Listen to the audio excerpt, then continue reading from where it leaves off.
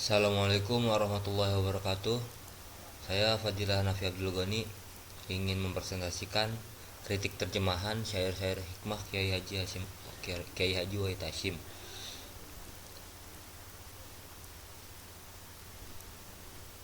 Baik, yang pertama, mengapa sih kritik terjemahan itu penting? Nah, terjemahan karya sastra, terutama syair hikmah, itu memerlukan ketelitian yang tinggi untuk menjaga keindahan dan kedalaman maknanya.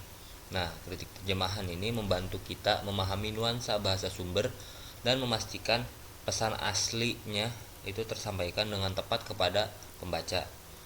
Nah, ini itu adalah upaya untuk menghormati karya asli dan memperkaya pemahaman kita.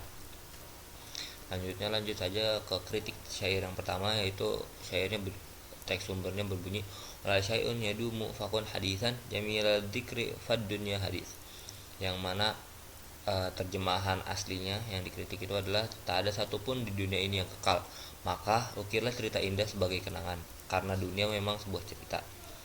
Nah, untuk revisi terjemahan yang disarankan itu dari peneliti itu adalah tiada sesuatu pun yang kekal, maka jadilah engkau kisah indah yang dikenang, sebab dunia hanyalah kisah yang diceritakan.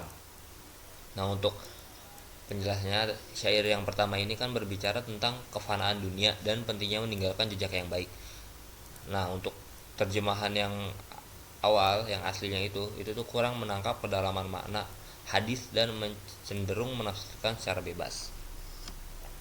Untuk aspek kritiknya itu, yang pertama di sini ada aspek leksikal, yang mana dari segi leksikal kata cerita itu terlalu umum.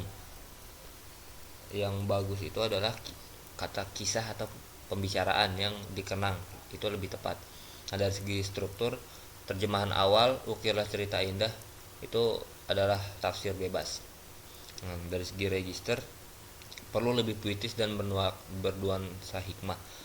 Dan dari segi makna, penambahan arti mengukir itu menyebabkan pergeseran makna. Lanjut ke kritik syair yang kedua, di sini ada ala liyaqul ma syai'a ma syaa man syaa innama bilamul fata fi mastata'a minal amr, yang mana artinya itu ungkapkanlah apa yang ingin diungkapkan, jangan ragu, pemuda memang selalu dicemooh lantaran kecakapannya. Nah, untuk revisi dari terjemahan itu yang disarankan itu adalah biarlah siapa saja berkata sesukanya, karena seorang pemuda hanya dicela dalam perkara yang memang ada dalam kemampuannya. Nah, untuk syair kedua ini membahas tentang celaan yang mungkin diterima seseorang, namun hanya dalam batas kemampuannya. Terjemahan awal itu menyimpang dari makna inti, yulamu, dan pola kalimat Arab. Untuk aspek yang dikritik, pertama dari segi leksikal, dicemooh lantaran kecakapannya. Narasi dicemooh lantaran kecakapannya itu keliru, seharusnya dicela atas perkara yang ia mampu lakukan. Nah, dari segi struktur, frasa ungkapkanlah apa yang ingin diungkapkan itu tidak mewakili pola kalimat Arab. Nah, dari segi register, terjemahan aslinya itu kurang formal dan sakral, dan dari segi mana terjadi penyimpangan makna tentang alasan celaan. Lalu lanjut ke kritik syair yang ketiga. Di sini teks sumbernya berbunyi dari ini analu mala yunalu minal ula fasambul ula fis sambi wasal fis sahli turidina idrakal ma'ali rakhiyasah wala budda duna syahri min ibrin nah. Untuk terjemahan aslinya itu, biarkan aku meraih kemuliaan yang belum tergapai, derajat kemuliaan itu mengikuti kadar kemudahan dan kesulitannya. Kau kerap ingin mendapatkan kemuliaan itu secara murah, padahal mengambil madu harus merasakan sengatan lebah. Untuk revisi terjemahannya itu berbunyi biarkan aku meraih kemuliaan yang sulit digapai, sebab kemuliaan yang agung hanya diraih dengan kesulitan, dan kemuliaan yang ringan diraih dengan kemudahan. Engkau menginginkan kemuliaan yang dengan murah, padahal tiada madu tanpa sengatan lebah.